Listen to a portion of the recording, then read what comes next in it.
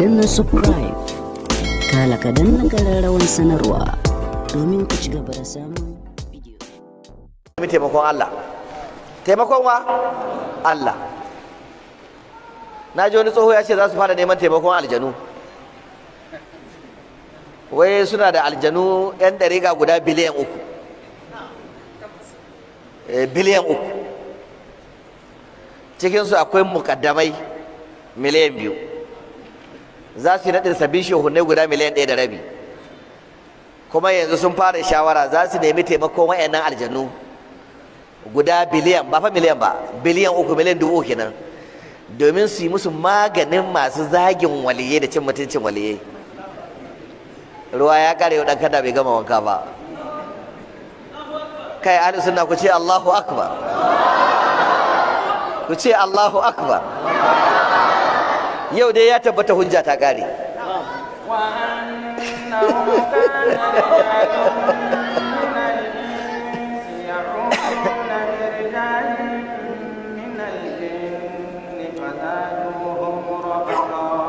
Allah ya ce wa annahu kana rijalun min al-insi.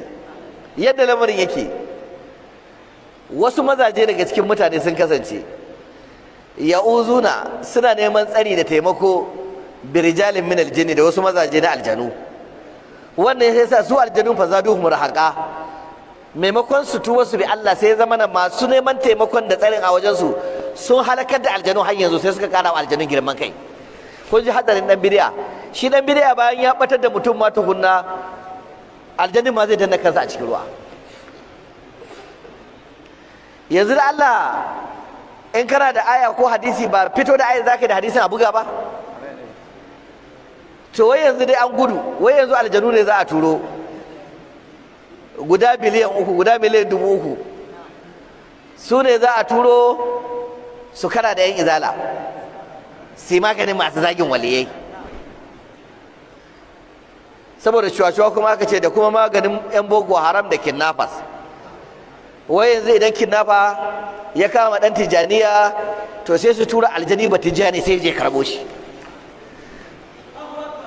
So ku dai yan Tijjaniya, ina ba ku shawara ku yi takatsantsan, kar ku da tsohon ne rika karban kuɗin ku da sunan zai tura aljanu su kamo muku, su karbo yan kidnapper.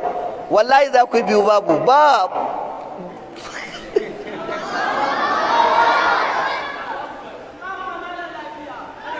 Hujja ta kare. Wannan fa duniya aka fito aka gayawa, duniya aka fito aka gayawa. An yi sharri ya kare. Jiya muka bari sharrin da aka rubuta wa Bala Siraja, kuma yana nan a Google. Yanzu aka shiga Google ka rubuta Bala Siraja kai. Na rabbaka ne Allah ubangijinka, hakimin gwani ne, alimun masari ne. Mutane da aljanu suna saduwa. Aljanu dai mutane ba sa ganin su, amma akwai mutanen da Allah zai ba su dama su ga aljanu har su yi magana da su. Kuma yadda shedanun aljanu suke tare da shedanun mutane, haka yanzu aljanu sun ba wa muminansu suna tare da muminan mutane.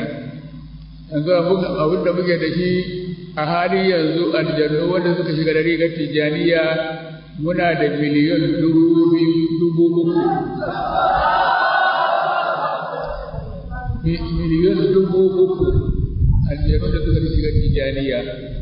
Akwai mukaddamansu miliyan 200. To yanzu mun sa su nema mana su bincika mana manyan malamansu, muna so mu naɗa su zama shehunai cikin Tarikar Tijjaniya. Mun ce su nema mana, su haɗa mana manyan malamansu ko miliyan 1,500,000 zama su ne shehunansu.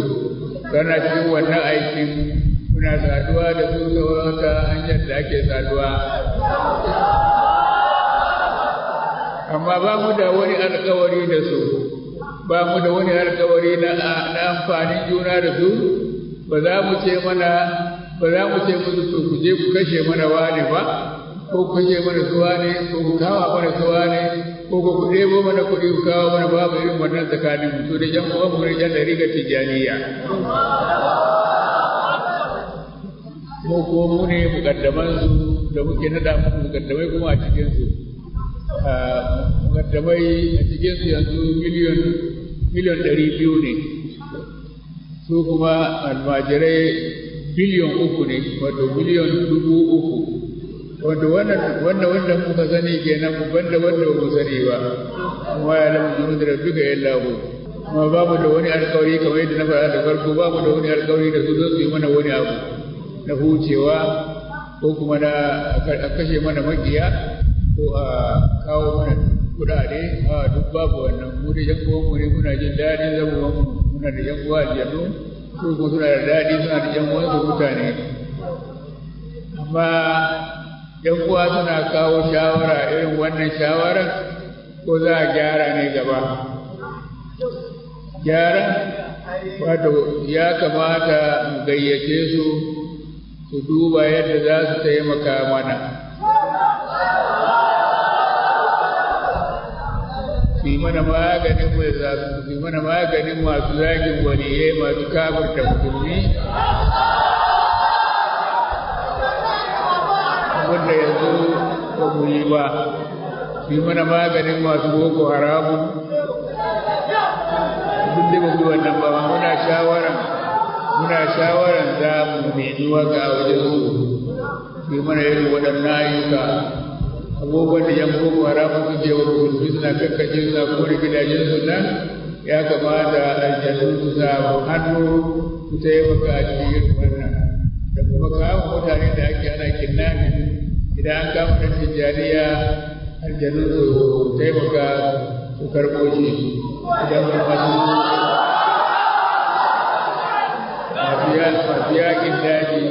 masu yakin daji masu kashe mutanen nan, mu magana mu roƙe su ku taimaka mana irin wannan don jihadi ne.